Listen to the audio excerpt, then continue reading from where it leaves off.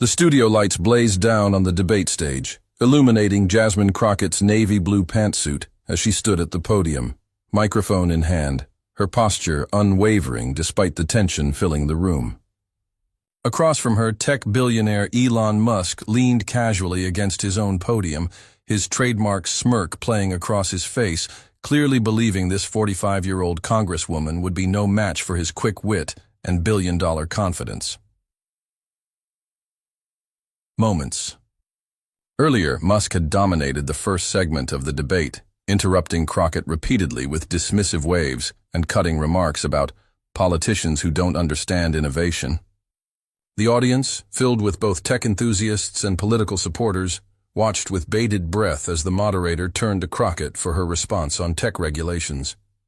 But as Crockett opened her mouth to speak, Musk immediately cut in with a sharp, "Actually, that's completely wrong," launching into his own explanation. It was his seventh interruption in less than 10 minutes. The camera caught Crockett's eyes, not intimidated but calculating. She had prepared for this moment, armed with facts that would turn this billionaire's confidence into his greatest weakness. Before diving into this explosive showdown between a tech titan and a seasoned legislator, don't forget to like this video and subscribe to our channel so you won't miss our latest breaking stories. Now let's watch how Jasmine Crockett transforms from interrupted Congresswoman to the woman who silenced Elon Musk with a single devastating point. Jasmine Crockett wasn't supposed to be on this stage. The debate had originally been scheduled between Musk and a senior tech committee chairman, but when that congressman fell ill, Crockett, a freshman representative but rising star with a background as a civil rights attorney, stepped in with less than 48 hours to prepare. The media had immediately declared it a mismatch. "Crockett faces impossible challenge against Musk," one headline blared. Another wondered, has Crockett been set up to fail? Even members of her own party worried she wasn't ready for the spotlight against someone like Musk. But those who knew, Crockett recognized the quiet confidence in her eyes. Before entering politics, she had built her reputation by winning seemingly unwinnable cases against powerful opponents. As a civil rights attorney in Texas, she had faced down entrenched systems and emerged victorious through meticulous preparation and an uncanny ability to identify her opponent's blind spots. She doesn't need months to prepare, her former laws partner had told reporters. Jasmine's superpower is finding the one fact her opponent doesn't want to address, then building her entire case around it. Elon Musk, meanwhile, entered the stage with the easy confidence of a man accustomed to adoration. The world's richest man, architect of electric vehicle revolution, space pioneer, and social media mogul, he had transformed multiple industries through sheer force of will and intelligence. His supporters packed half the audience, many wearing merchandise from his companies. Musk had spent the week before the debate posting memes about politicians who couldn't code a calculator app, trying to regulate tech. His final post before going on stage was particularly pointed, about to explain technology to someone who probably still uses Internet Explorer. The post had garnered millions of likes within hours. The stakes were enormous. This wasn't just a debate about abstract policy. Congress was currently considering a landmark tech regulation bill that would directly impact Musk's companies. His public statements had made it clear he viewed the legislation as an existential threat to innovation, calling it the death knell of American technological leadership. For Crockett, this represented an opportunity to prove herself on a national stage. But more importantly, she genuinely believed the regulations would protect consumers while still allowing innovation to flourish. She had studied the bill meticulously, consulting with both tech experts and consumer advocates. The moderator, a respected journalist known for tough questioning, opened the debate by addressing the obvious tension. "Mr. Musk, you've been quite vocal about Congresswoman Crockett's qualifications to discuss technology policy. Would you care to elaborate on those concerns before we begin?" Musk leaned into his microphone, his expression serious, but with that hint of a smirk that had become his trademark. "Look, I've built multiple tech companies from the ground up. I understand the practical realities of innovation and what kills it. With all due respect to the Congresswoman, having politicians who've never built anything trying to regulate the most complex industry in human history is like having someone who's never seen a car try to design traffic laws. The camera cut to Crockett, who maintained her composed expression despite the clear dismissal. As the moderator turned to her for response, the audience could sense this wasn't going to be the one-sided demolition many had predicted. Congresswoman. Crockett, your response? The moderator asked, turning toward her as murmurs rippled through the audience. Crockett nodded, straightening slightly. I appreciate Mr. Musk's perspective. Innovation is indeed vital to our economy. But so is consumer protection. These aren't mutually exclusive goals, and that's what our bill— That's where you're fundamentally wrong, Musk interrupted, leaning forward. These regulations create so much red tape that only the biggest companies can navigate them. You're actually helping big tech monopolies while claiming to fight them. His first interruption came less than 15 seconds into her response. The aye. Moderator raised a hand. Mr. Musk, please allow the Congresswoman to finish, Crockett continued calmly. As I was saying, our bill specifically includes exemptions for startups and smaller companies. The compliance requirements scale with company size, which means those exemptions are meaningless. Musk cut in again, his voice rising slightly. The thresholds are so low that any successful startup hits them within months. Then they're crushed under compliance costs before they can compete. I've launched multiple startups. Trust me, this kills innovation. Interruption number 2, the fuss. Audience stirred, with Musk supporters nodding in agreement. A few people clapped. The moderator frowned. Mr. Musk, we agreed to let each speaker finish their points. Musk spread his hands in a gesture of apology, though his expression suggested little remorse. Crockett took a breath. If Mr. Musk would allow me to explain the actual numbers, the exemption thresholds were specifically designed with input from venture capitalists and startup accelerators. A company would need to reach 50 million in revenue or 500,000 users before the full requirements.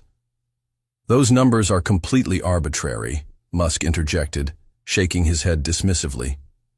And they ignore the fundamental reality of how tech scaling works. Many platforms need to reach critical mass before their business model becomes viable. This legislation cripples them right at that crucial inflection point.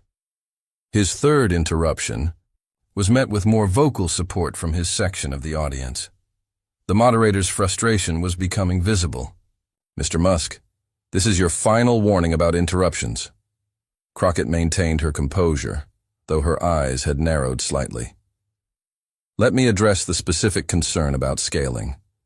Section 230 of the bill includes a 2-year grace period after a company crosses those thresholds, specifically to allow for business model adjustments without immediate compliance burdens. 2 years?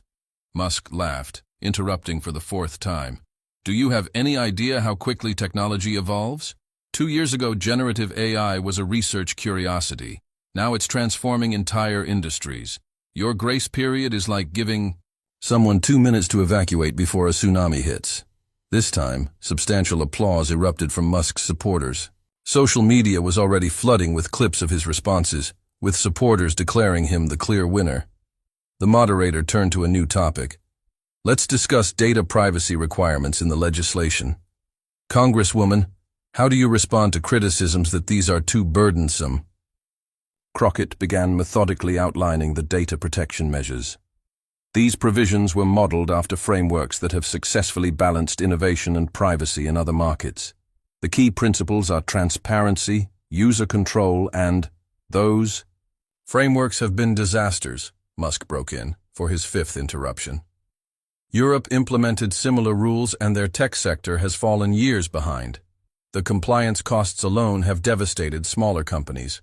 America's tech leadership exists precisely because we haven't strangled innovation this way. Crockett's expression hardened slightly. Mr. Musk, I've let you interrupt repeatedly, but you're making claims without evidence. The European tech sector has actually seen growth in startup formation since their privacy regulations, with particular growth in privacy-focused innovations that's completely false. Musk cut in again, his sixth interruption more forceful than before.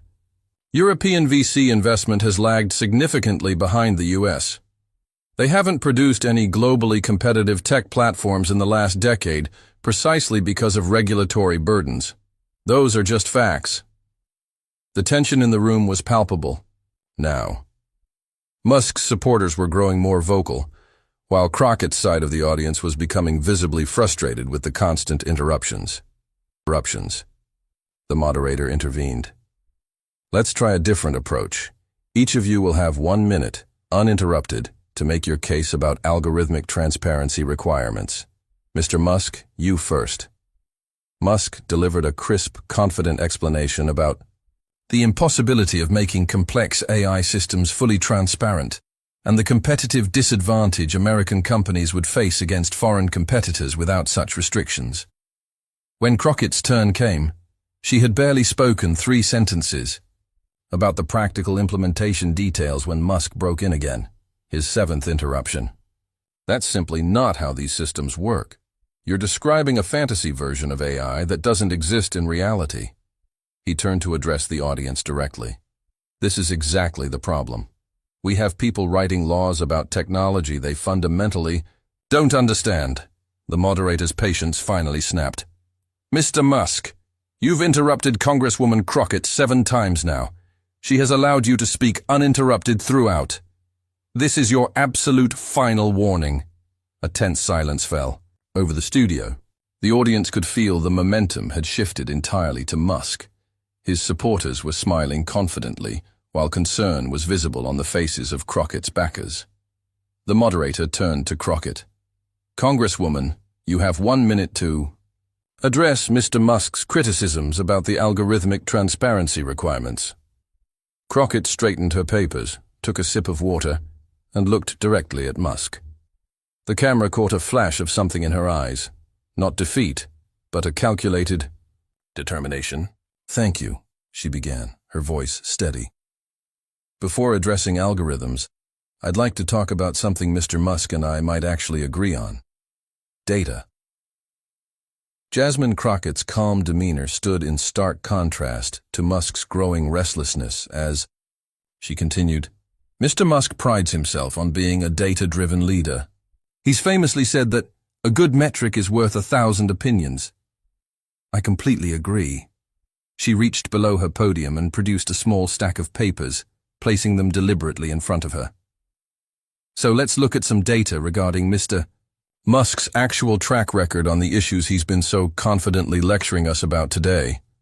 Musk shifted slightly, his previous smirk fading as he watched her organize her notes. Mr. Musk has interrupted me 7 times in this debate, claiming superior knowledge about how regulations impact technological innovation. He's positioned himself as the defender of startups against burdensome government oversight. Crockett maintained eye contact with Musk as she spoke, her voice measured and clear. But here's my 8th point, the one he hasn't let me make until now. She held up a document. I have here the financial disclosures from Mr. Musk's own companies over the past decade. I've highlighted specific sections that tell a very interesting story. The audience leaned forward collectively. Even Musk's expression had changed from dismissive to wary. Mr. Musk, while you've been claiming government regulation kills innovation, your companies have received $4.9 billion in government subsidies. She paused to let that number sink in. Nearly $5 billion in tax credits, grants, factory construction, discounted loans, environmental credits, and more, all from the same government you claim doesn't understand innovation. A murmur spread through the audience. Musk's face tightened almost imperceptibly. But more interesting than the total, Crockett continued, is the correlation between your company's major growth periods and these government programs. She held up a graph. Your first major factory expansion coincided perfectly with a $465 million government loan. Your vehicle production increased most dramatically after federal tax credits made your products more affordable to consumers. She turned to a new page. And regarding the regulations in this bill that you claim would cripple startups, in 2015, you specifically called for government oversight of AI development, saying it was humanity's biggest existential threat. You advocated for the same regulatory principles you're now opposing. Musk finally broke his silence. Those statements are being taken completely out of context. I was talking about advanced general AI, not the kind of algorithms covered in this bill. Crockett nodded patiently. I anticipated you might say that. So I brought the complete transcript of your 2015 statements. She held up another document. You specifically called for regulatory oversight at the national and international level for, and I quote directly, all advanced AI development including machine learning systems that make decisions affecting consumers. That's precisely what this legislation addresses. The audience was completely silent now, captivated by the methodical dismantling happening before them. But let's move beyond statements to actions, Crockett continued. When one of your companies faced a safety investigation, your team asked regulators to keep certain data confidential for competitive reasons. The exact kind of competitive protection this bill provides for the algorithms you claim cannot be regulated. She turned to a new document. Most telling, perhaps, is this, SEC filing from last year. Your own legal team argued that certain disclosure requirements would be excessively burdensome for your smaller ventures, while simultaneously, your larger companies were using their compliance capabilities as a competitive advantage against smaller rivals. The camera caught Musk's expression, his usual confidence replaced by a tightness around his eyes. In other words, Mr. Musk, Crockett said, her voice remaining measured but gaining strength, the data shows that you've personally benefited enormously from government support while building your empire. You've previously advocated for the same types of regulations you're now opposing, and your companies have used compliance requirements as a competitive advantage against exactly the kind of startups you claim to be defending today. She closed her folder deliberately. So my question is simple. Is your opposition to this bill truly about protecting innovation? Or is it about protecting your company's market positions now that you've already climbed the ladder with government assistance? The silence that followed was deafening. For perhaps the first time in his public life, Elon Musk appeared genuinely caught off guard. The audience remained perfectly still, waiting for his response. When Musk finally spoke, his voice had lost its earlier dismissive tone. The situations are completely different. Those subsidies were for specific technological developments that benefited the public good, not blanket regulations that stifle entire industries. Crockett nodded thoughtfully. That's an interesting distinction. Let's examine it. She opened another folder. Section 403 of our bill creates exactly such targeted incentives for companies developing privacy-enhancing technologies. Section 512 establishes research grants for smaller companies working on algorithmic transparency tools. These are the very kinds of targeted supports you just described as beneficial. She looked directly at Musk. So again, what's the real basis for your opposition? Because the data suggests that when government intervention benefits your companies, you support it enthusiastically. When those same principles might benefit consumers or your competitors, suddenly it's regulatory overreach that will kill innovation. The moderator, recognizing the pivotal moment unfolding, interjected. Mr. Musk, would you like to respond to these points? Musk leaned forward, his earlier casual demeanor gone. Those subsidies were available to any company meeting the criteria, not just mine. My company succeeded because we built superior products, not because of government handouts. Crockett didn't miss a beat. I completely agree those programs were available to qualifying companies. That's exactly how this legislation works too. The requirements apply equally to all companies, meeting certain criteria. The difference is that now your companies are the incumbents, not the challengers. She turned to the audience. This isn't about being anti-innovation or anti-Musk. It's about consistency. If government support for new technologies was good policy, when Mr. Musk's companies were the beneficiaries, why is government protection for consumers suddenly terrible policy now? The audience erupted in applause, not just from Crockett's supporters, but from across the room. Even some of Musk's backers could be seen nodding reluctantly. Musk sat silent for a moment, visibly recalibrating his approach. When he spoke again, his tone had shifted noticeably. "Look, I understand the need for some oversight. My concern is with specific implementations that could have unintended consequences." Crockett nodded respectfully. "That's a valid concern, and precisely why the bill includes phased implementation and regular review periods. I'd welcome your specific feedback on those provisions." For the first time in the debate, a genuine exchange of ideas seemed possible. The moderator, sensing the shift, smiled slightly. "Perhaps we've found some common ground. Let's explore that further after a short break." As the cameras temporarily stopped rolling, the audience buzzed with conversation. Social media was exploding with clips of Crockett's methodical takedown, with hashtags like "The Eighth Point" and "Crockett Receipts" trending nationwide. Journalists in the press section were frantically updating their stories, many deleting earlier drafts that had predicted Crockett's humiliation. In the span of 8 minutes, Jasmine Crockett had transformed from an interrupted, seemingly outmatched Congresswoman to a formidable opponent who had silenced Elon Musk with facts he couldn't dismiss, using his own words and actions against him. When the cameras resumed rolling, the dynamics on stage had visibly shifted. Musk, known for controlling the narrative in any room, now appeared more measured, less dismissive. Crockett, meanwhile, maintained her composed demeanor, but there was a new confidence in her posture.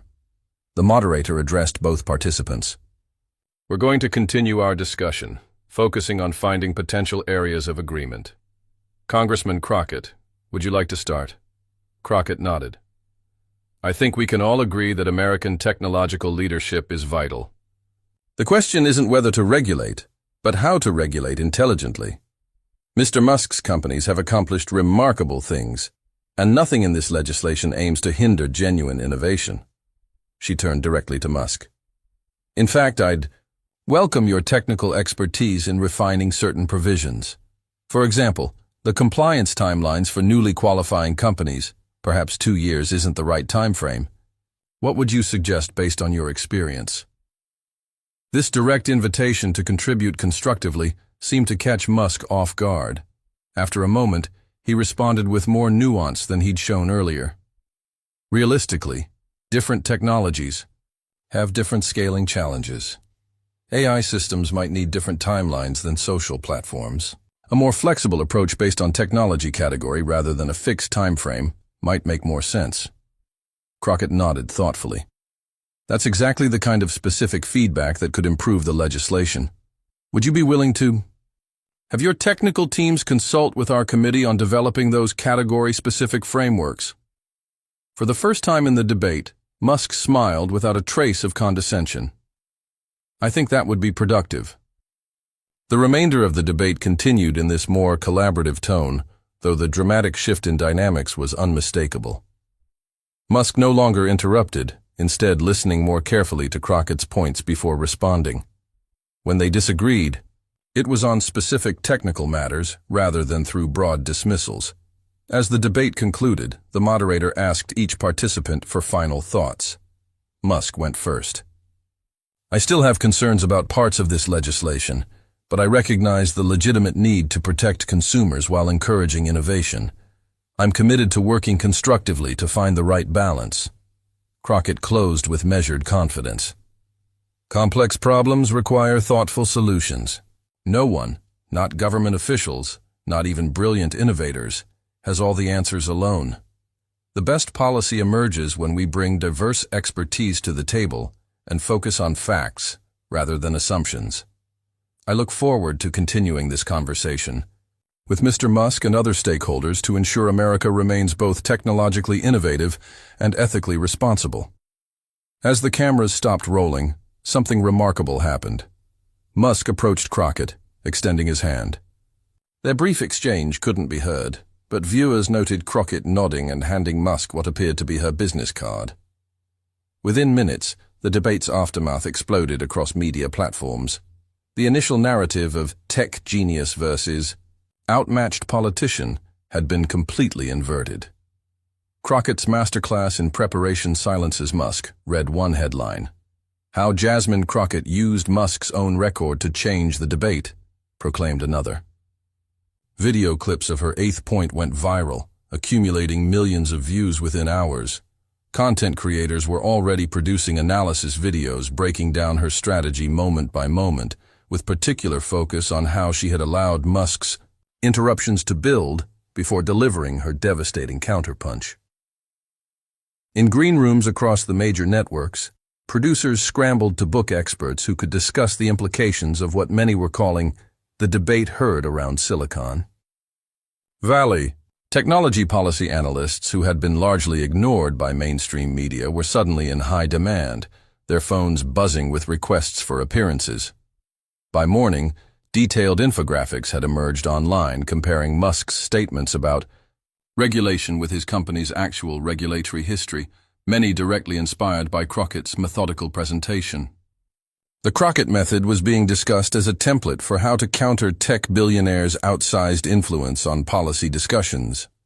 Policy experts weighed in, many praising the substantive turn the debate had taken after Crockett's intervention. We finally moved beyond sound bites to actual policy substance, noted one technology policy researcher on a morning news program.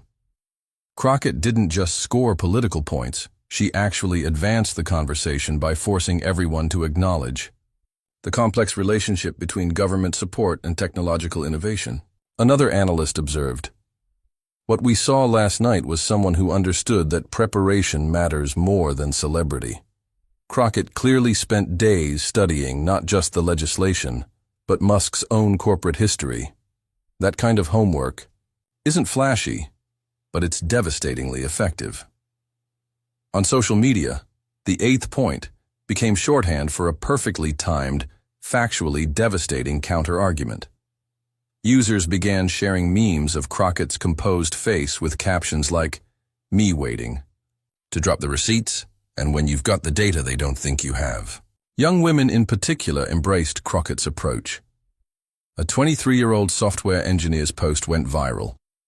Watching Congresswoman Crockett let Musk interrupt her 7 times while she quietly prepared to end his whole career with point number 8 is my new professional strategy. Underestimate me at your peril. The post accumulated over 500,000 likes within hours. Tech industry forums that had initially predicted Crockett's humiliation now hosted heated debates about the substance of her arguments. "Whatever your politics," wrote one respected venture capitalist, "you have to acknowledge that she raised legitimate questions about the consistency of the industry's stance on government involvement. We can't just accept help when we're small, and then pretend we succeeded purely through market forces once we're dominant." Musk himself, typically quick to defend himself online, posted only a brief statement.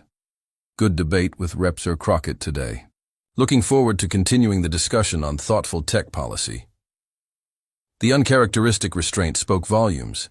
His usual army of online defenders seemed unsure how to respond, with many falling back on attacking Crockett personally rather than addressing her actual points, a strategy that only highlighted the substantive nature of her approach. Some of Musk's most ardent supporters attempted to dismiss the entire exchange, claiming that Crockett had ambushed him with unfair tactics. But these protests rang hollow, given the debate's format and Musk's repeated interruptions. Even tech-friendly commentators acknowledged that coming prepared with relevant facts could hardly be considered unfair. Political analysts noted that Crockett had accomplished something rare in modern political discourse, changing an opponent's approach through preparation and facts rather than rhetoric or personal attacks. "What makes Crockett's performance so remarkable," wrote one commentator, "is that she didn't try to out-Musk with quips or interruptions. She simply waited for her moment, then presented irrefutable evidence that forced a reset of the entire conversation." News programs ran segments analyzing her strategy.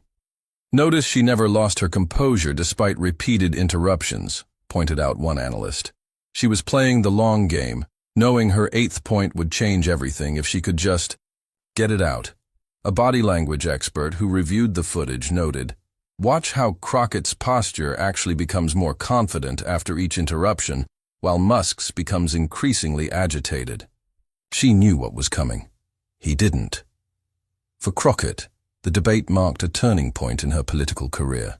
Invitations for national media appearances flooded in. Senior party leaders who had worried about her taking on Musk now sought her. Council on Technology Policy. The freshman representative had established herself as a serious voice on one of the most complex policy challenges facing the nation.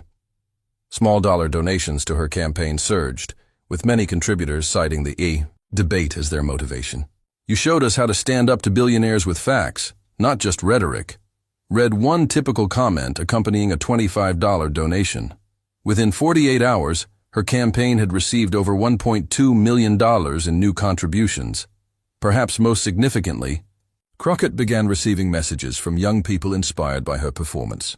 "I'm a 16-year-old girl interested in both technology and politics," one email read. "Everyone told me I had to choose between them. Watching you hold your own against Elon Musk showed me that's not true." In tech circles, the debate sparked a more nuanced conversation about regulation. Even some of Musk's supporters acknowledged that Crockett had raised valid points about the inconsistency between benefiting from government support while building companies, then opposing similar interventions once established. Maybe the lesson, "Here isn't that all regulation is bad or all regulation is good," wrote one prominent venture capitalist. "Maybe it's that we need to be honest about when we've benefited from government involvement and think more carefully about pulling up the ladder behind us." A respected technology ethicist published a detailed analysis of the exchange. What Crockett exposed wasn't just Musk's personal inconsistency. It was a broader pattern across the tech industry.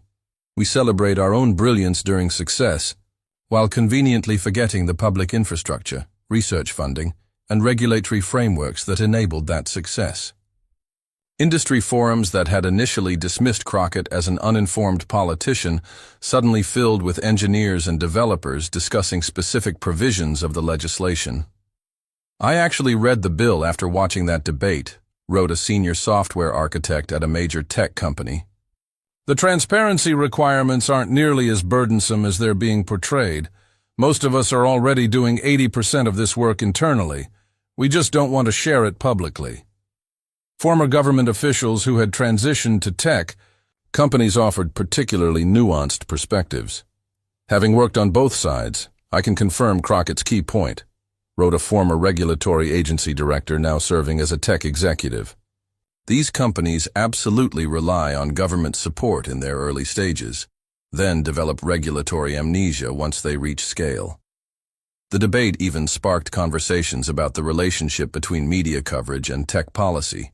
Several technology journalists published reflective pieces examining whether they had been too deferential to tech leaders' perspectives. "Have we been asking tough enough questions?" wondered one widely respected columnist.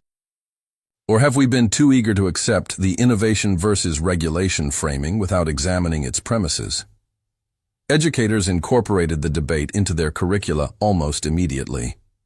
A professor at a prestigious business school reported that her students were intensely engaged with the exchange. "This debate offers a perfect case study in how to counter overconfidence with preparation. My students can't stop talking about how Crockett let Musk build his own trap through interruptions before springing the evidence at the perfect moment." 2 weeks after the debate, Crockett's office announced that Musk had indeed sent technical experts to consult with her committee on revisions to the legislation. The modified bill included more flexible compliance timelines based on technology categories, precisely what Musk had suggested during their exchange. The announcement included statements from both sides. "We're grateful for the constructive input from Mr. Musk's team," Crockett's statement read. "This collaborative approach is exactly how complex technology policy should be developed." Musk's own statement showed a remarkable evolution from his pre-debate position. "While we maintain concerns about certain provisions, Representative Crockett and her team have demonstrated genuine willingness to incorporate technical feedback. The category-specific approach represents a significant improvement.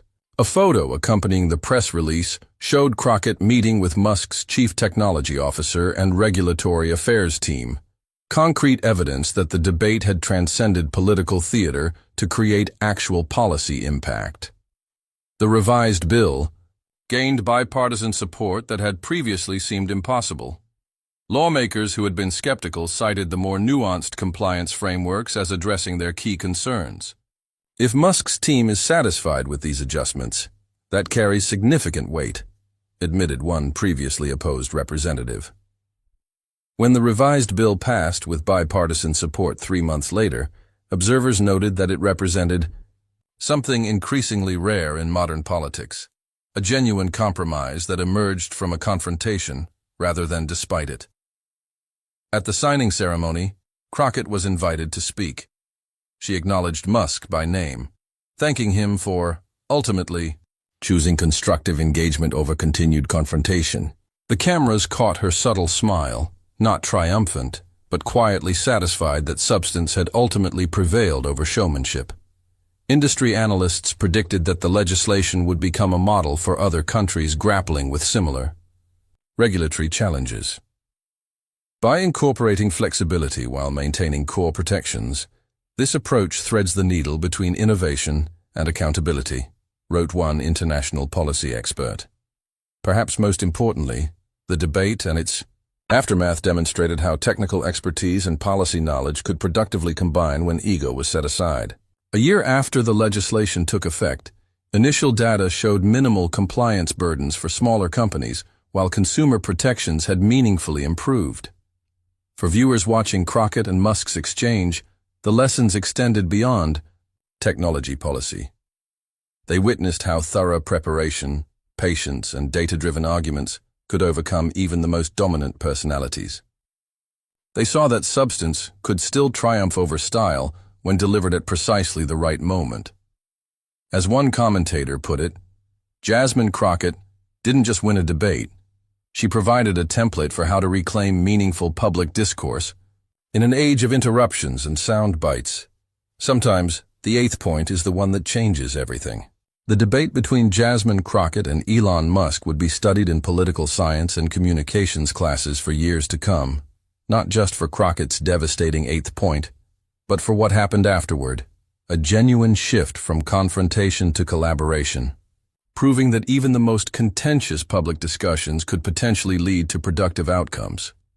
The most lasting impact, however, may have been on public expectations for political discourse. Across the political spectrum, viewers began demanding the same level of substantive preparation they had witnessed from Crockett. "Show me the receipts" became a common refrain in comment sections whenever public figures made sweeping claims without evidence. For young women in politics and technology, Crockett became an icon of substantive engagement rather than performative confrontation. Campus organizations reported surge in women studying both technology and policy, with many citing the debate as their inspiration. "What Congresswoman Crockett showed us," wrote one 19-year-old computer science major in a widely shared essay, "is that you don't need to choose between technical knowledge and political engagement. The most powerful position is at the intersection of both." The Crockett method, letting opponents overextend themselves before presenting meticulously researched evidence, began appearing in debate coaching materials across the country. "The key is patience and preparation," advised one consultant. "Let your opponent think they're winning, right until the moment your facts change the entire narrative." Even Musk seemed to internalize lessons from the exchange. In subsequent appearances, observers noted a more measured approach, with fewer interruptions and more substantive responses. Whether this reflected genuine growth or simply strategic adaptation remained debated, but the change in his public demeanor was unmistakable. On the one-year anniversary of their debate, Crockett and Musk made a surprising joint appearance at a technology policy conference. Their discussion, characterized by mutual respect and substantive disagreement on specific points, demonstrated how meaningful dialogue could emerge from even the most heated confrontations. "We probably still disagree on more than we agree," Crockett acknowledged during the panel. "But we've found that honest engagement with specific facts yields better results than sweeping dismissals or interruptions. Musk nodded, a wry smile suggesting he recognized the reference to his past behavior. I've learned that assuming someone doesn't understand technology because they're a politician